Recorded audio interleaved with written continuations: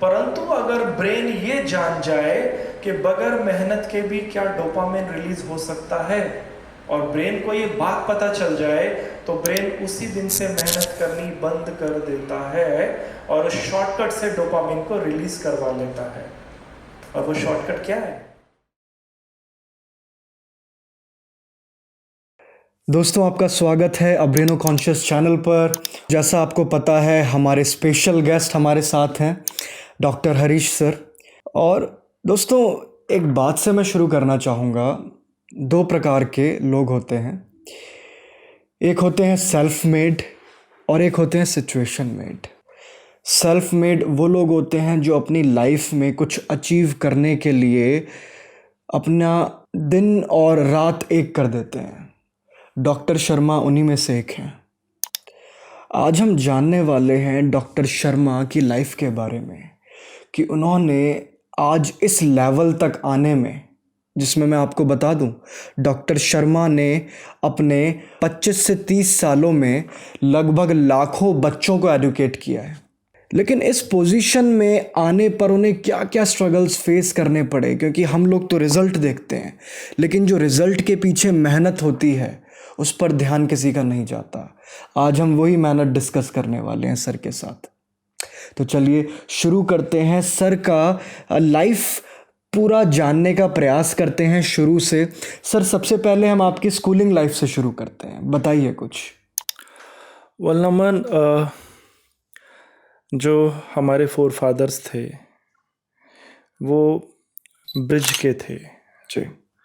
Bridge में जैसे मथुरा क्षेत्र है, तो मथुरा के पास एक तहसील है छाता, और छाता के पास एक छोटा सा गांव है, ब्राह्मण बाहुल्य गांव है, उसमें मेजॉरिटी ब्राह्मण की है। जी। तो वहाँ पर हमारे फोर फादर्स रहा करते थे। तो फिर मेरे जो दादाजी थे, जब पिताजी हमारे फादर 4 साल के थे तब उनका स्वर्गवास हो गया था, और 6 महीने के अंतराल पे दादी जी का भी हो गया था। तो हमारे जो पिताजी थे, उनको उनकी बड़ी बहन, जो उनसे बहुत बड़ी भी थी उम्र में और वो मैरिड भी थी, and she was married in Faridabad, तो वो उनको लेकर फरीदाबाद आ गई थी। और फिर उनका 4 साल की अवस्था से उनका पालन पोषण उनकी बहन यानी कि हमारी बुआ जी ने ही किया। पढ़ाई लिखाई उन्होंने कुछ खास की नहीं थी, तो बस वो actually he was a spiritual soul. तो वो जन्म से ही बहुत स्पिरिचुअल प्रैक्टिस किया करते थे, तो मंदिर में बैठे रहते थे स्कूल जाने के नाम पे, और उस वक्त वो गवर्नमेंट स्कूल में उनको भेजते थे, तो वो पढ़ाई उन्होंने नहीं की। फाइनली वो बड़े हो गए, तो फिर वो मेहनत करना चाहते थे और एजुकेशन थी नहीं, तो he decided to become labour. तो अनस्किल्ड लेबर वो बने कुछ, क्योंकि फरीदाबाद एक इंडस्ट्रियल एरिया है, तो वहाँ कभी किसी कंपनी में, कभी कहीं, कभी कैसे, उनका वो चलता रहता था। फिर शादी हुई, तो अब शादी में भी मम्मा भी कोई पढ़ी लिखी नहीं थी। तो फाइनली अगर मैं अपने माता पिता को देखूं तो वो दोनों ही अशिक्षित थे, परंतु समझदार बहुत थे। तो एक होता है जब इंसान अनएजुकेटेड होता है, और एक ऐसा भी होता है कि एजुकेटेड है बट अभी भी स्टूपिड है। तो जो स्कूल जाने का, शिक्षा लेने का, डिग्री लेने का अपना एक महत्व है, ऑफ कोर्स हम इसको डिनाई नहीं कर सकते, परंतु समझदार होना एक बिल्कुल ही दूसरी बात होती है, विजडम जो मिलती है। तो उन दोनों के पास विजडम बहुत थी। फरीदाबाद में ही शादी हुई और फिर मेरा जन्म हुआ 70 के दशक में। तो माताजी काफ़ी स्वाभिमानी थी। फिर उन्होंने हमारी जो बुआ जी थी उनके पास रहने से इनकार किया और अपना एक छोटी सी हट जैसी कोई झोंपड़ी बनाई, कच्चा मकान सा था। It was a 1 room only, जहाँ हमने अपनी आंखें खोली। तो बचपन जो था काफ़ी अभावों में था। मेरे को याद है कि उस मकान के चारों तरफ एक अच्छी बाउंड्री होती थी मिट्टी की, बारिश में हर साल गिर जाती थी, वो दोनों मिलकर उसको फिर बनाते थे। And I used to go to in government school. Government school से मेरी एजुकेशन हुई। तो उस ज़माने में इंग्लिश को 6 स्टैंडर्ड से पढ़ाया जाता था सरकारी स्कूल में। क्या पता आज भी वो हो या ना हो, मुझे ज़्यादा जानकारी नहीं है, बट उस वक्त 6 स्टैंडर्ड से ए फॉर एप्पल सीखा जाता था। अच्छा। और बिगिनिंग टू 5th स्टैंडर्ड आपको इंग्लिश नहीं मिलती थी। तो हमारा इंग्लिश से कभी इंट्रोडक्शन भी नहीं हुआ। जब 6 स्टैंडर्ड में आए तो हमने शुरू की, तो मेरा इंग्लिश को लेके कोई लगाव था भी नहीं। तो कैजुअली हमने गवर्नमेंट स्कूल में 10th स्टैंडर्ड में जब मैं आया तो मैं इंग्लिश में फ़ेल हो गया, और मैं होता ही रहा फ़ेल, और जिसका मुझे कोई पछतावा भी नहीं होता था, क्योंकि जो अशिक्षित माता पिता थे वो बहुत ज़्यादा वार्तालाप नहीं कर पाते थे टीचर से, ज़्यादा जानकारी नहीं ले पाते थे। उसका मैं बहुत फ़ायदा भी उठाता था। शरारती बहुत था, दोस्तों के ग्रुप में शरारतें करना, पढ़ाई लिखाई पे कोई विशेष ध्यान भी नहीं था, और ना ही मेरी एजुकेशन को लेकर कोई बहुत बड़ा मोटिवेशन मुझे मिलता था। फिर 10th में जब मैं फेल हुआ तो आई गॉट 3 मार्क्स। तो फिर जब घर आया तो फादर ने पूछा कि क्या हुआ आज रिज़ल्ट, तो I said I got failed. Hindi में मैंने उनको बताया। तो वो भी, उनको कोई ऐसा अचंभा नहीं हुआ मेरे फेल होने का। तो उन्होंने मुझसे अगला सवाल किया कि क्या चिट्ठी वगैरह लिख लेते हो हिंदी में।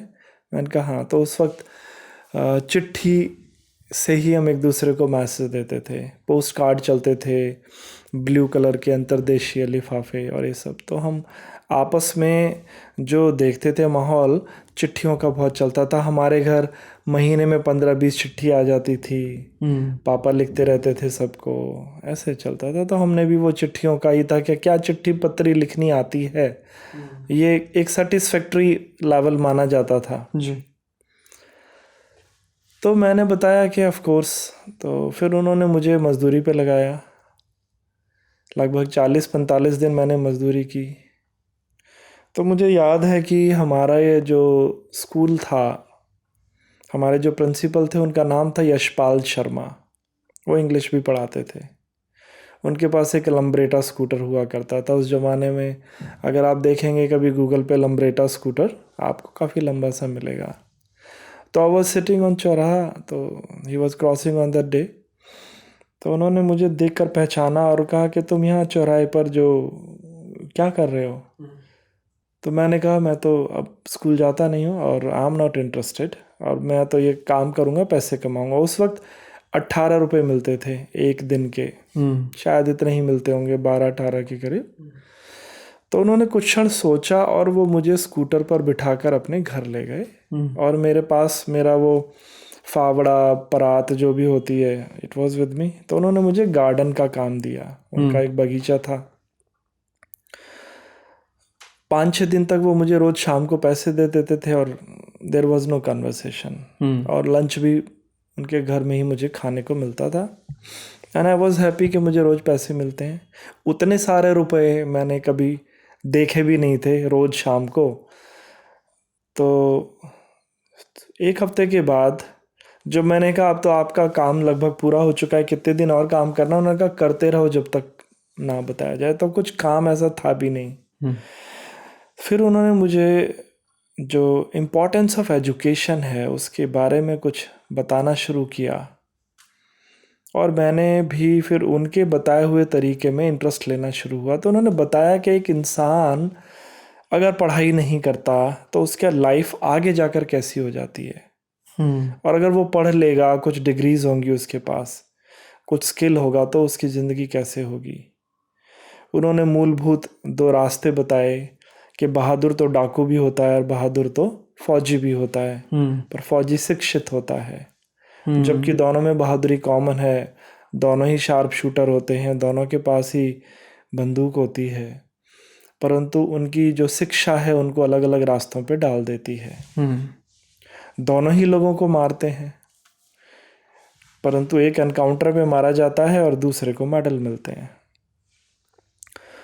तो उन्होंने कहा अगर आप नहीं पढ़ोगे तो आगे जाकर आपके रास्ते भटकने के चांस काफ़ी हद तक बढ़ जाएंगे। और हाँ, हालांकि इसकी कोई गारंटी नहीं है कि आप गलत रास्तों पे जाओगे ही, पर पॉसिबिलिटी तो बढ़ जाएगी। जी। तो मैंने उनको अपना इंग्लिश का डर बताया। तो उन्होंने मुझे कहा कि मैं तुम्हारी इंग्लिश तो ठीक नहीं कर सकता, परंतु मैं तुम्हारी इंग्लिश को ठीक करने के रास्ते बता सकता हूँ, चलना तो तुम्हें ही पड़ेगा। मैं चाहता था कि कोई चमत्कार हो, और क्योंकि वो इंग्लिश पढ़ाते हैं तो वो रातों रात मेरी इंग्लिश अच्छी कर दें। तो वहाँ पर मेरा एक दूसरा भ्रम जो है वो दूर हुआ कि कोई भी अध्यापक आपको पढ़ने में सहायता तो दे सकता है, बट वो आपकी जगह नहीं ले सकता, जी। वो तो हमें करना पड़ता है। तो फिर मैंने उनकी बात मानते हुए इंग्लिश पढ़ाई शुरू की, और मेरा हाल वही था जो पहले था, कुछ समझ ही नहीं आता था। परंतु अब जो मेरे अंदर परिवर्तन आया वो ये था कि मैंने एक संकल्प की शक्ति ली कि अब मुझे ये करना है। तो मैं उस वक्त कोई ना ट्यूशन होते थे ना कोचिंग होती थी, थोड़ी बहुत सहायता मिल जाती थी। कुछ किताबें उन्होंने पुरानी मुझे दे दी थी जो 7th 8th स्टैंडर्ड से ही थी, तो पढ़ते पढ़ते मुझे नींद आती थी। तो जब मुझे नींद आती थी तो नॉर्मल कंडीशन में उससे पहले तो मैं सो ही जाता था, पर अब मैं मुंह धोता था। ये मेरे अंदर फ़र्क आया और मैं फिर से पढ़ने बैठता था। तो जो संकल्प की लौ थी वो मैंने कम नहीं होने दी। फिर नींद आई, फिर मुंह धो के पढ़ा। फिर जैसे सर्दियों के दिन थे तो मुझे याद है एक बार तो मुझे इतना गुस्सा खुद पर आया कि नींद आ रही थी और ठंड बहुत थी और मन बार बार कह रहा था सो जा, कल पढ़ लेना। समझ भी ज़्यादा आ नहीं रहा था, it was just boring study. तो मैंने मुंह नहीं धोया, फिर मैं बाल्टी भरी नल से, उस वक्त हैंडपंप हुआ करते थे, और ठंडे पानी से पूरा शरीर भिगो के और छत पर किताब लेके चला गया। चांदनी रात थी, खूब ठंड पड़ रही थी, खूब ज़्यादा, और उस वक्त तो ठंड भी बहुत पड़ा करती थी।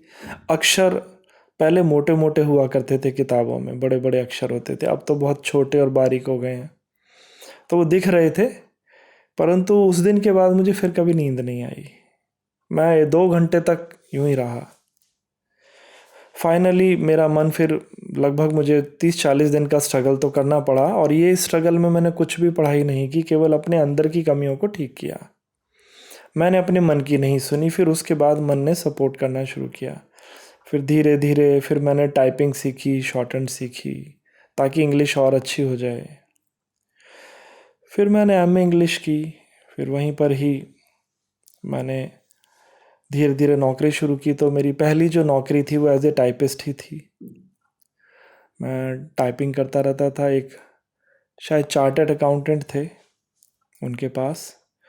फिर मौका मिला तो मैंने फिर एक कंपनी में नौकरी की। तो उस कंपनी में पिछले 18 साल से किसी को परमानेंट ही नहीं किया गया था, 6 महीने बाद निकाल देते थे। ऐसा क्यों?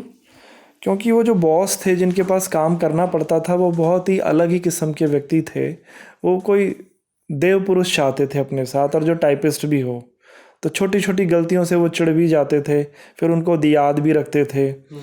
और वो खुद, ऐसा कहा गया है कि पिछले 12 साल से उन्होंने कोई छुट्टी भी नहीं मारी थी। अच्छा। Sunday, Monday, Tuesday, Holi, Diwali, Dussehra, वो ऑफिस ही आते थे 7 दिन, और 12 घंटे वो काम करते थे। तो वो चाहते थे मेरे जैसा ही कोई हो जो काम को समझे। तो मैंने ये एज ए चैलेंज लिया कि मैं इस कंपनी में परमानेंट होकर दिखाऊंगा, और ये मेरी संकल्प शक्ति का एक दूसरा मेरे आगे चैलेंज था। तो मैं 6 महीने के जब पूरे हो गए तो पूछा कि क्या करना है। तो उन्होंने कहा इस व्यक्ति से 3 महीने काम और लेते हैं। 9 महीने के बाद उन्होंने मुझे परमानेंट कर दिया, और 2 महीने काम करने के बाद मैंने रिज़ाइन दिया। तो जब मैंने रिज़ाइन दिया तो काफ़ी हाहाकार मचा। मुझे बताया गया कि आप तो बहुत विशेष हो, और आपके साथ इतनी बड़ी बात घटी है कि 18 साल बाद इस जगह पर। तो मैंने कहा कि बस मुझे अपने संकल्प को जीतना था, ये कोई जगह विशेष नहीं है, बाकी और लोग भी आते रहेंगे। फिर मैं और आगे बढ़ा। तो मैं ये देख लिया कि कोई काम अगर करना है तो फिर उसको करना है, और नहीं करना तो उसकी शुरुआत भी नहीं करनी। तो मेरी संकल्प की शक्ति ने मुझे काफ़ी सारी पॉजिटिव चीज़ें ज़िंदगी में दी, आगे बढ़ा। और ऐसा नहीं है मैं फेल नहीं हुआ, बहुत बार फेल हुआ। फिर मैं नौकरी करता गया, फिर एक बड़ी कंपनी में, फिर मैं एचआर डिपार्टमेंट में। ये बात है 95 की। मैं असिस्टेंट ऑफिसर बना। और जो मैंने नौकरी करने का आरंभ किया था वो 1990 के बाद से शुरू कर दिया था। 88 में मैंने 10th की थी। 10th से 12th तक तो मैं स्कूल भी जाता था, काम भी करता था शाम को। तो वो जो काम करना होता था वो भले ही मुझे कुछ पार्ट टाइम पैसे देता हो, पर मैंने जीवन को सीखा। उसमें काम क्या रहता था? हालांकि मैं छोटा था, 15 साल का था, तो ज़्यादा लोग इम्पोर्टेंस नहीं देते थे। तो एक हार्डवेयर की कंपनी क्या थी, दुकान थी, उस पर मैं स्कूल के बाद लंच वहीं करता था स्कूल में और सीधा वहीं चला जाता था 2 बजे के करीब। वहाँ से 7-8 बजे तक फिर घर आता था मैं साइकिल पे। तो वो मुझसे सारे काम छोटे मोटे करवाते रहते थे। पियोन भी मैं ही था वहाँ पे, और मैं ऑफिस बॉय भी था। परंतु जो लोगों को हैंडलिंग करने का तरीका था वो मैंने धीरे धीरे डेवलप किया। लोग मुझे डांटते भी थे, थप्पड़ भी लगा देते थे, प्यार से भी बोलते थे। तो मैंने हर तरह का कलर, अब अगर आपको ज़िंदगी में कोई डांटे ही ना और अचानक आपको डांट खाने को मिल जाए तो आपसे वो सहन भी नहीं होगा, क्योंकि आपने प्रैक्टिस ही नहीं की। कभी आपने ज़िंदगी में मार ना खाई हो और अचानक आपकी बाहर लड़ाई हो जाए जहाँ 2-4 घूंसे पड़ जाएं आपको, तो आपसे बर्दाश्त नहीं होगा, आपकी ईगो फैलती चली जाती है। तो ईगो को सेटिस्फाई करना ज़रूरी है। तो मैंने वो सब किया, आगे बढ़ा, फिर 12th पास की। फिर मैंने इवनिंग कॉलेज में एडमिशन लिया। मेरी जो ग्रेजुएशन थी वो इवनिंग कॉलेज की थी, नेहरू कॉलेज में शाम को जाता था मैं। तो मैं दिन भर एज ए टाइपिस्ट, 5 बजे छुट्टी हुई और सीधा साइकिल चलाते हुए कॉलेज, और वहाँ पर मैं 10 बजे तक पढ़ाई करता था। तो मैं एक दिन में लगभग 40 किलोमीटर के करीब मेरी साइकिल चलती थी, 40 किलोमीटर्स पर डे, आना जाना कॉलेज का सब मिला के। फिर मैं घर पहुंचता था 11 बजे के आसपास। फिर क्योंकि गैस वगैरह तो उस ज़माने में होती ही नहीं थी, चूल्हे पे खाना बनता था, और चूल्हे पे जब खाना बनता है तो आपकी वो मर्जी से नहीं बनेगा। जब चूल्हा जलेगा तभी ही बनेगा। तो वो पूरे परिवार के लिए शाम को बन जाता था। फिर वो ठंडा खाना मैं खाता था चुपचाप, क्योंकि लोग तो सो जाते थे। फिर थोड़ा बहुत अपनी पढ़ाई करके मैं लगभग 11 साढ़े 11 तक सोता था। सुबह वही जल्दी उठ के पहले स्कूल का काम करना, कॉलेज का, फिर ऑफिस जाना, फिर ऑफिस के भी उसमें रहना। तो मेरे यार दोस्त भी नहीं थे, कंपल्शन वर्क फोर्स थी। तो मैंने 3 वर्ष में जो मेरे अंदर परिवर्तन आया, मैं अपने दोस्तों से बहुत ही बेहतर हालात में था। फाइनेंशियली नहीं था, पर मेरे अंदर विजडम ज़्यादा थी, लोगों को हैंडल करने की ताकत ज़्यादा थी। मैं किसी भी सिचुएशन का मुकाबला करने के लिए तैयार हो गया था। तो मैंने ये पाया, संघर्ष आपको कभी तोड़ते नहीं है, वो आपको हमेशा एक बड़े बड़े अवसर में जाने के लिए आपको तैयार करते हैं। कभी ज़िंदगी आपको बड़ा मौका दे और आप खुद भी तैयार ना हो तो कैसे चलेगा। तो वो जो संघर्ष हैं और लोगों से डील करना, वो भी एक काम होता है, वो भी सीखने की है, क्योंकि मनुष्य है। और सबसे ज़्यादा मुश्किल क्या होता है, मनुष्यों के साथ डील करना। जैसे मुझे याद है कि किसी ने मेरे से पूछा कि पेड़ों में जीवन होता है, तो क्या पेड़ अच्छे हैं या मनुष्य अच्छा है। तो उसका जो मुझे सवाल समझ में आता है, अगर पेड़ बातें करते तो वो भी यही पूछते कि इन मनुष्यों से अच्छे तो हम ही हैं, एक ही जगह पे रहते हैं, खाना पीना सब यहीं मिल जाता है, ये देखो कितना भागते रहते हैं सारे दिन, भागे ना तो उनको कुछ भोजन भी नसीब ना हो, और हमें कहीं जाने की आवश्यकता भी नहीं है, ना हमारे अंदर कोई वैर भाव है, ना द्वंद्व है, ना कुछ। हम देते हैं, लेते क्या है, प्रकृति देती है। तो अपनी अपनी जगह पे सब अच्छे होते हैं, आप मनुष्य भी अच्छे हैं, हम भी, वृक्ष भी ठीक है। तो संघर्ष करने के बाद फिर नौकरी मेरी चलती रही। फिर मैंने नौकरी जो थी वो लगभग 99 में छोड़ दी थी जॉब करना। पीजी मेरी 95 में हो गई थी, क्योंकि मेरे जो बॉस थे, जिस कंपनी में मैं था, वॉइसटेल आशरवेज कंपनी थी, तो मेरे बॉस बड़े पारखी थे। मेरा ये सौभाग्य है कि जो यशपाल शर्मा जो टीचर थे वो, या मेरे बॉस जो मिले, वो बहुत ही बुद्धिमान किस्म के लोग थे, विजडम से। तो उन्होंने मुझे जांचा परखा और उन्होंने कहा कि शर्मा, आप एक बहुत ही ख़राब मैनेजर हैं, ऑफिसर हैं, पर आप एक अच्छे साइकोलॉजिस्ट हैं। तो मुझे जब तक ये मालूम ही नहीं था कि साइकोलॉजी में आपको नौकरी भी मिलती है या साइकोलॉजी नाम का कोई सब्जेक्ट भी होता है। तो उन्होंने ये बात मुझे 97 में बोली थी। 2 साल मैंने उनकी बात को बार बार सुना, समझा, देखा। फिर मैंने वो नौकरी छोड़ी और मैंने फिर से पढ़ाई की। दो I was PG in English, फिर से मैंने ग्रेजुएशन की, फिर से पोस्ट ग्रेजुएशन की, फिर डॉक्टरेट की। ये सब मेरा सिलसिला दोबारा चला।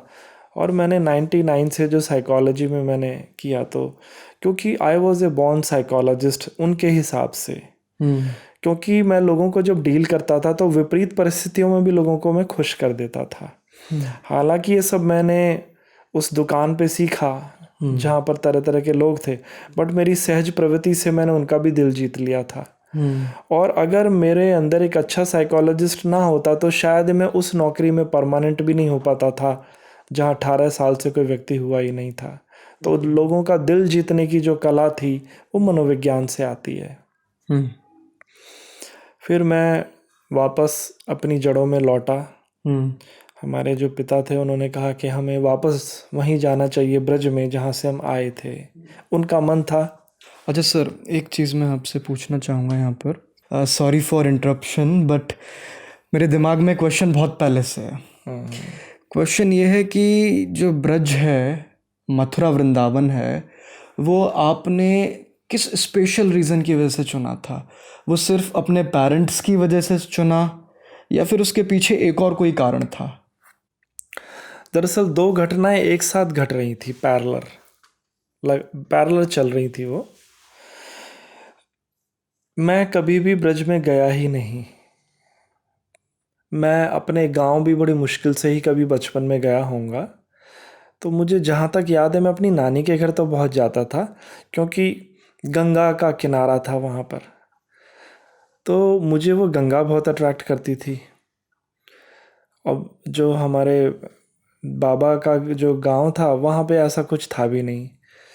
तो मुझे मेरे जब पापा ने ऐसा कहा कि आप ब्रज में चलते हैं, तो मैं ज़्यादा प्रभावित नहीं हुआ। मन था, मैंने उनको मना भी नहीं किया। बट फिर उसके बाद ये हुआ कि जब मेरी शादी 97 में हो गई, तो जो गौरी वाइफ हैं उन्होंने कहा कि बांके बिहारी के दर्शन करने वृंदावन चलते हैं। तो ये घटना 99 की है, लगभग दिवाली से कुछ समय पहले की। तो मैं सचमुच में ज़्यादा कोई बहुत स्पिरिचुअली प्रैक्टिस नहीं करता था और मेरी ज़िंदगी बहुत मस्त चल रही थी। और वो जो मेरी वॉइस अल्पाइन कंपनी थी वो एक बिल्कुल 5 स्टार ट्रीटमेंट वाली कंपनी थी। मतलब ज़िंदगी के जो सारे सुख हैं काम करने के साथ साथ वो हमें मिल जाते थे। विदेशी कंपनी थी, 5 स्टार होटल में खाना पीना ये सब बड़ा कॉमन सा था। तो बार बार कहने पर मैं गौरी को लेकर और वृंदावन आया। और वृंदावन में मुझे जहाँ तक याद है मैं पहली बार ही गया था। इससे पहले मैं वृंदावन भी नहीं गया, ब्रिज की तरफ आता ही नहीं था। तो वहाँ पर बांके बिहारी मंदिर के सामने जो दीवार थी उस पर पहले लिखा हुआ था, पहले तो बहुत उस ज़माने में 99 आज से 24 वर्ष पहले का वृंदावन अलग था। तो वहाँ लिखा हुआ था जेब कतरों से सावधान। तो मैंने गौरी को कहा कि यहाँ तो शायद जेब कटती है, तो पहले आप जाओ दर्शन करने, फिर मैं जाऊँगा और हम अलग अलग करेंगे, कहीं ऐसा ना हो दोनों के दर्शन के चक्कर में जेब कट जाए। तो सबसे पहले मैंने उनका पर्स रख लिया, मैं बाहर बैठ गया सारा लेके सामान, वो दर्शन करके आई। फिर उन्होंने मुझे मिठाई का डब्बा दिया और फूल माला कि आप जाइए। उसके बाद मैं अंदर गया तो मैं जैसे सैलानी होते हैं, मेरे अंदर कोई भाव भी नहीं था। मंदिर कितना खूबसूरत है, लोग कैसे हैं, हाथ जोड़ के खड़े हैं, जय जयकार चल रही है, इस तरह का वहाँ भीड़ थी। तो पहले मंदिर के ऊपर जाकर ही आप दर्शन कर सकते थे, सीढ़ियाँ चढ़ के, उसको जगमोहन कहते हैं। तो मैं भी चढ़ गया, बड़े कैजुअल एटीट्यूड से मैंने वो मिठाई का डब्बा वहाँ के जो गोस्वामी जी थे उनको दे दिया और फॉर्मेलिटी के लिए बस हाथ जोड़े। तो अब उन्होंने वो मिठाई का डब्बा रख लिया, तो उन्होंने मुझे वापस ही नहीं किया। तो मेरे अंदर इच्छा जागी मेरा डब्बा मुझे वापस क्यों नहीं दे रहे, जबकि भीड़ की वजह से वो शायद नहीं कर पाया ऐसा। फिर मैंने उनको जब पुकार के कहा मेरा डब्बा तो दो, तो मेरे बोलने में एक अहंकार था, ईगो थी, मेरा बोलने का तरीका ठीक नहीं था। तो उन्होंने मेरी तरफ बड़ी उपेक्षा वाले भाव से देखा और इग्नोर कर दिया। फिर मैंने 2-3 बार जब अपनी जिद पकड़ ली तो वो इरिटेट होकर मेरे पास आए और उन्होंने कहा कुछ दक्षिणा बिहारी जी को चढ़ाओगे तब डब्बा देंगे। शायद वो मेरे अहंकार को ठीक करना चाहते होंगे। तो मेरे पास तो पैसे भी नहीं थे, पर्स भी नहीं था, वो तो मैं बाहर छोड़ के आ गया था। तो मेरे पास एक घड़ी थी जो बहुत ही महंगी थी। उस वक्त वो घड़ी मैंने अच्छे से बड़े पैसों से खरीदी थी। उस जमाने में वो लगभग 40-1,000 रुपए की घड़ी रही थी। तो मैंने बस वो घड़ी उतारी और उनको पहना दी। तो जब पहनाई तो उन्होंने घड़ी देखी और उन्होंने देखा कि काफ़ी महंगी घड़ी है। तो वो अंदर वो ये नहीं चाहते थे कि मैं कुछ उनको उपहार दूं, वो तो कह रहे थे कि बिहारी जी को कुछ चढ़ाओ। पर मैंने उनको पहना दी। तो फिर वो अंदर गए, फूल माला लाए, चंदन लाए, उन्होंने चंदन लगाया मेरे तिलक पर, फूल माला पहनाई। तो उसी वक्त मेरे अंदर एक अजीब सा फीलिंग आई जिसको मैं बोल के तो नहीं बता सकता, और आई स्टार्टेड क्राइंग, और मैं वहीं बैठ गया और मेरी स्प्लिट पर्सनैलिटी हो गई। यानी कि मेरे अंदर एक और धुंधला धुंधला सा व्यक्तित्व निकलकर मेरे सामने खड़ा हो गया, जो प्रत्यक्ष रूप से मैंने देखा। लोग उसमें से आ रहे हैं, जा रहे हैं, and it is my image is looking at me and I was crying. तो वो ऐसा था कि मैं ना तो कुछ बोल पा रहा हूँ और मैं बैठता ही चला गया और वो अपने काम पे लग गए।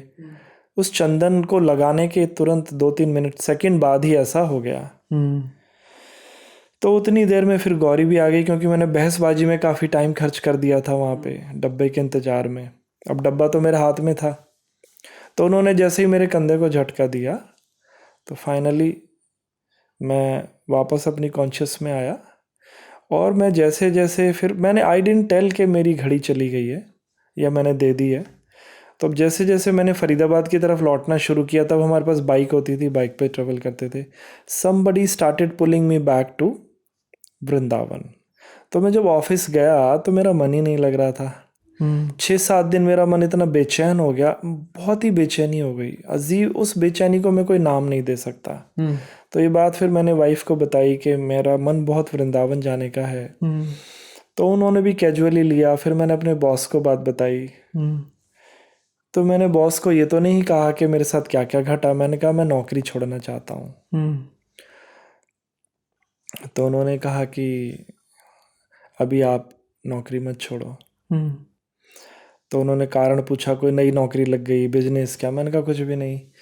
तो बहुत कहने पर फिर मैंने जब घटना बताई तो उन्होंने मुझे मानसिक रूप से थोड़ा सा डिस्टर्ब बताया और मुझे एक साइकियाट्रिस्ट के पास भी ले गए। वो साइकियाट्रिस्ट ने मेरी पूरी जांच की, मुझे दवाई गोली भी लिख के दी।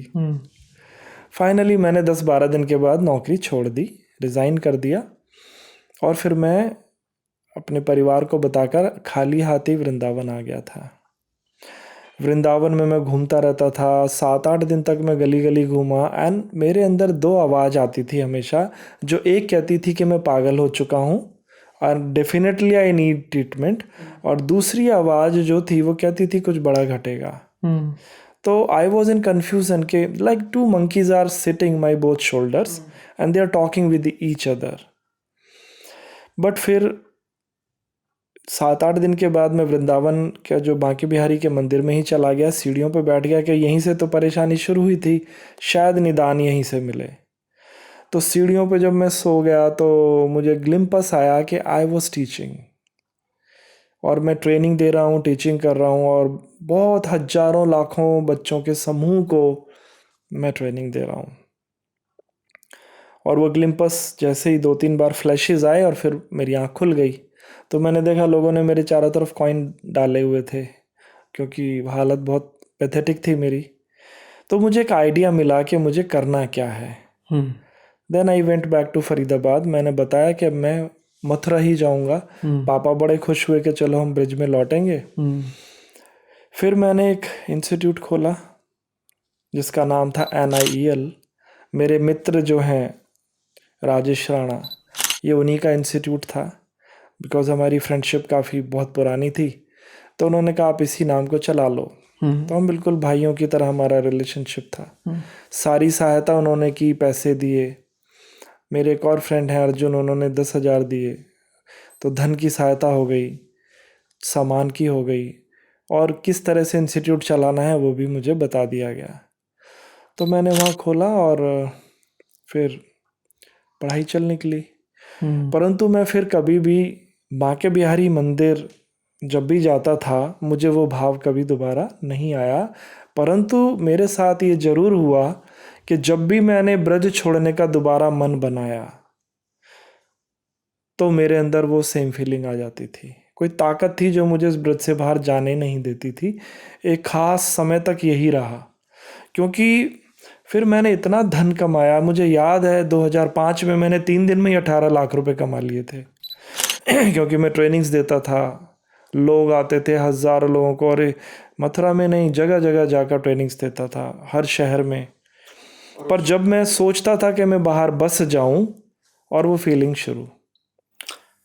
और उस वक्त तो इंटरनेट के थ्रू भी हम लोग इतना एक्टिव थे नहीं, बल्कि था ही नहीं इंटरनेट उस वक्त, है ना। तो यहाँ मुझे फिर जो मैंने इंग्लिश पढ़ाई सीखी, यशपाल शर्मा ने वो काम आई। तो कहाँ मेरे 10th में 3 नंबर थे, और कहाँ मैंने लगभग 70-80 हज़ार बच्चों को मथुरा में इंग्लिश सिखाई। होडल से, पलवल से, भरतपुर से बच्चे आके रहते थे। तो मैं मानता हूँ ईश्वर की कृपा है इसमें, मेहनत की, बगैर मेहनत के तो कुछ होता नहीं है। फिर कंपनी खोली, और फिर परंतु फिर मैंने साइकोलॉजी की फील्ड नहीं छोड़ी। फिर मैं एक प्योर साइकोलॉजिस्ट ही बन गया। और वक्त आने पर फिर मैं, क्योंकि घूमने का शौक़ था, फिर मैं बहुत सारे स्कूल्स को क्लब कर लेता था, फिर उनकी मेंटल हेल्थ पे काम करता था। फाइनली मैंने चंडीगढ़ में अपना अंतिम जीवन बिताने के लिए सोचा, क्योंकि ब्रज को बाहर छोड़कर जो रहने की जो मेरी फीलिंग्स थी, वो लगभग 2010 के बाद बंद हो गई। और फिर वो मैं कहीं अगर सोचता भी कि मुझे बाहर बसना है, तो मुझे ऐसा कुछ होता नहीं था। इन दौरान मैंने फिर 99 से हिमालय की यात्राएं करनी शुरू की। हिमालय की यात्रा में मैं योगियों को एक्सप्लोर करता था। कई बार बड़े अद्भुत योगी मिलते थे। कुछ मेरे साथ ऐसी घटनाएं घटी जो बहुत ही अभी गोपनीय है, उनको मैं नहीं बता सकता। मैंने देखा कि एक स्पिरिचुअल पाथ अगर प्योर आपने पकड़ा है, संकल्प शक्ति है, तो ईश्वर आपको उस रास्ते पे डालेगा, आपकी मदद होगी, आपको अपनी जर्नी का जो पर्पस ऑफ लाइफ है वो क्लियर हो जाएगा, और जीवन जीने का एक मिशन विज़न भी आपको मिलेगा। तो अब मैं कोटा में हूँ आज। लगभग 5-6 वर्ष पहले मैं चंडीगढ़ से यहाँ आ गया था, क्योंकि यहाँ बच्चों को ज़रूरत है, और मैं यहाँ डूब के काम भी करता हूँ। सुबह से रात हो जाती है, तो ये ईश्वर का ही कार्य है। ईश्वर चाहता है कि इन बच्चों की मदद हो, तो हम करते हैं। सर, अपनी स्पिरिचुअल जर्नी के बारे में कुछ बताइए। जो स्पिरिचुअल जर्नी होती है वो हर मनुष्य की होती है। किसी की बीज रूप में होती है, किसी की पौधा लग के बड़ी होने लगती है। ज़्यादातर तो स्पिरिचुअल जर्नी लोगों की डब्बे में बंद बीज जैसी ही होती है। बीज में जीवन है, आप उसको सही माहौल दें, आप उसको सही पानी, मिट्टी, खाद दें, और बीज अंकुरित होगा। और अवश्य आपको पता चल जाएगा कि जिन कहानियों को हम परियों की कहानियाँ मानते हैं, या कुछ जिनको चमत्कार या कुछ ऐसा सब मानते हैं, वो हकीकत में आपके साथ घटने लग जाते हैं। हर बीज के अंदर एक विशाल वृक्ष की संभावना होती है। बीज अपने आप में कुछ नहीं कर सकता। बीज को जब एक सही खाद, पानी, माहौल, परवरिश मिलती है, तो वो अपनी सारी संभावनाओं को दिखा देता है। तो मेरी स्पिरिचुअल जर्नी सबकी स्पिरिचुअल जर्नी है। मेहनत किए बगैर कोई भी अज्ञात शक्ति आपके साथ सपोर्ट नहीं करेगी। और स्पिरिचुअल एक होता है धार्मिक होना, एक होता है आध्यात्मिक होना। बहुत सारे रास्ते हैं, आप जिस रास्ते पे भी चलना चाहें, आप उसी रास्ते से ईश्वर को प्राप्त कर सकते हैं। चाहे आप ध्यान करें, चाहे मंत्र जाप करें, चाहे आप अपनी पसंद का कोई कार्य करें जिसमें आपका मन लगता हो। तो मन लगना भी ईश्वर का कार्य होता है। आप कोई भी ऐसा कार्य ना करें जिसमें किसी की हानि होती हो। आप घड़े बनाना शुरू कर दें, ईश्वर का कार्य है। उसमें हजारों लोग आपके घड़े से पानी पिएंगे, प्यास बुझेगी। क्योंकि आपको घड़े बनाना पसंद है, तब आप स्पिरिचुअल हैं जी। आप कोई भी काम कर लीजिए, और काम ना तो कोई छोटा होता है ना बड़ा होता है। उस छोटे से काम को बड़े रूप में भी आप कर सकते हैं। मान लेते हैं एक व्यक्ति है और वो कहता है मैं तो जूते ही बनाऊंगा, मैं मोची बनूंगा, और पूरा समाज या उसका परिवार उसके खिलाफ खड़ा हो जाए, बट उसका मन उसी में लगता हो, तो अब हम उसको रोक तो नहीं सकते। और आज वो पेड़ के नीचे बैठा, वो जूता ठोकने वाला, रिपेयरिंग का सामान लेके, बट 4 साल के बाद उसका नाम ही वुडलैंड हो सकता है, वही रेड चीफ हो सकता है जी। तो अब वुडलैंड और रेड चीफ ये भी तो जूते बनाते हैं, बट ये कंपनी है, बट इनको भी तो आप मोची बोलेंगे। मतलब उस इंसान ने अगर पेड़ के नीचे शुरुआत की, तो ऐसा किसने कहा है कि वो जीवन पेड़ के नीचे बिताए। अगर आज आप लकड़हारे हैं और आप कीकर की लकड़ी काटने से शुरू करते हैं, तो एक दिन आएगा जब आपको चंदन की लकड़ी मिलेगी जी। और 2 रुपए किलो से आप 8 लाख रुपए पे आ जाएंगे। तो शुरुआत कभी भी आप करेंगे, आप बिल्कुल अपने कार्य को छोटा ना माने, आप अपने कार्य को प्रेम करें जी। जैसे ही आप अपने काम को छोटा मानते हैं, आप उसे प्रेम करना बंद कर देते हैं। दुनिया क्रिटिसाइज करेगी, लोग तो बातें करेंगे, कुछ तो लोग कहेंगे, लोगों का काम है कहना।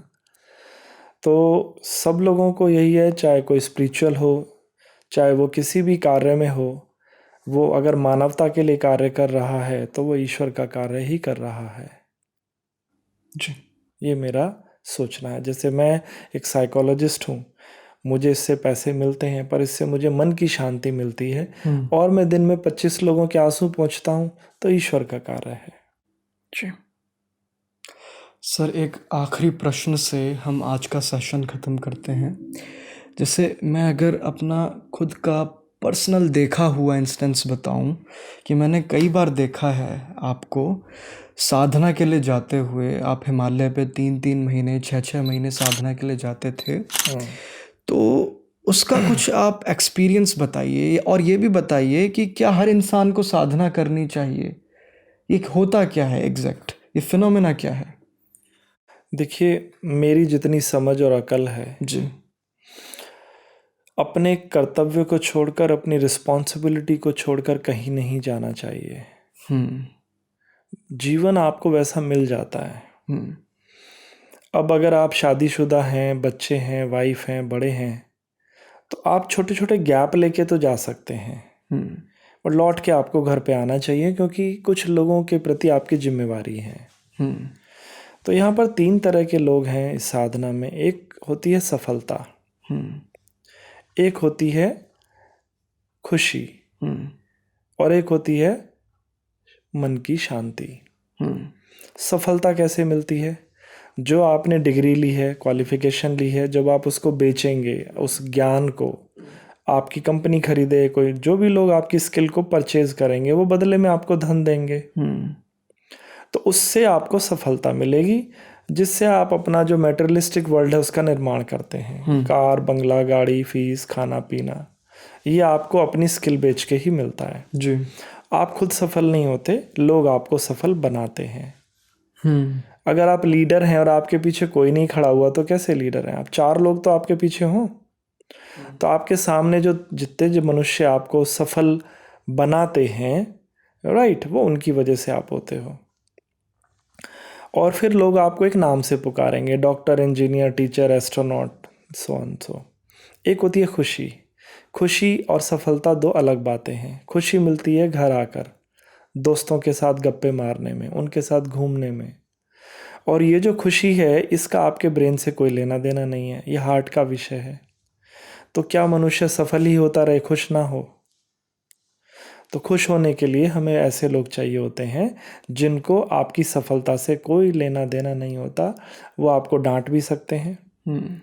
ज़्यादातर आपने अपने फ्रेंड देखे होंगे, तू तड़ा करके बात करते हैं, क्योंकि वो आपकी बुद्धिमानी से उनका कोई मतलब नहीं है। दोस्त हैं वो, अच्छे दोस्त हैं, या आपके परिवार के लोग हैं। ये खुशियाँ देने के लिए डिज़ाइंड होते हैं। फिर एक होती है मन की शांति, जहाँ आपको ये दोनों नहीं चाहिए, ना खुशी चाहिए ना सफलता। जी। आप अकेले एकांत में बैठकर कुछ चिंतन मनन करते हैं, पर्पस ऑफ लाइफ ढूंढते हैं, मैं यहाँ ये कार्य क्यों कर रहा हूँ, कैसे हूँ, और अपने आप को बैलेंस करते हैं। तो मैं जो हिमालय जाता था, तो वो एकांत एक ऐसी जगह है जहाँ पर आप अपने बारे में काफ़ी समय निकाल सकते हो खुद के लिए, क्योंकि मेरी जो शेड्यूल था वो बहुत हैक्टिक रहता था। तो जो मैं हिमालय जाता था, तो हिमालय मेरा मल्टीपल वो होता था, जी। खोज करता था मैं उन योगियों की जो हिमालय में ही रहते हैं, तो उनकी ज़िंदगी कैसे चलती है, कैसे वो जीते हैं, खाते हैं, पीते हैं, और वो क्या करते हैं और क्यों करते हैं और उससे होता क्या है। इन सवालों के जवाब मुझे चाहिए होते थे। फिर उसके बाद मेरा हिमालय का एम्बियंस बहुत ही, क्योंकि 23.5 डिग्री पे पृथ्वी टिल्ट है, तो 23.5 डिग्री हिमालय का रीजन है जहाँ पे कॉस्मिक एनर्जी बहुत है, तो वो सतही आपका ध्यान लग जाएगा, आपको कोशिश नहीं करनी पड़ेगी। तो आप देखेंगे हिमालय में जो आप 4 घंटे आपको नींद आएगी, यहाँ आप 8-10 घंटे भी सोते रहते हैं, वहाँ आप सोते ही 4 घंटे में उठ जाओगे। ऑक्सीजन का लेवल बहुत हाई है वहाँ पे। और जीवन जीने का कुछ समय इंसान को अपने जीवन का प्रतिवर्ष 10-12 दिन, हफ्ता हिमालय में ज़रूर बिताना चाहिए। पृथ्वी पे ऐसी कोई जगह नहीं है जो इतना सुकून देती हो। खुद के अध्ययन के लिए, जी जी, समझने के और कुछ साधनाएं होती हैं जिनको आप हिमालय में करेंगे तो आपको उसका असर ज़्यादा मिलेगा। जी। तो हिमालय जाने के पीछे कारण है, यात्राएं आज भी चालू हैं, और जब तक शरीर ठीक रहेगा मैं हिमालय जाता ही रहूँगा। तो अब हम इस सेशन को ख़त्म करते हैं। सर, आपका बहुत बहुत धन्यवाद कि आपने हमें समय दिया, हमारे व्यूअर्स को, ऑडियंस को आपने समय दिया और हमारे चैनल पर आए। और I hope that in future we would make such kind of series जिसमें आप हमारे साथ जुड़े रहेंगे। Thank you very much Raman, thank you.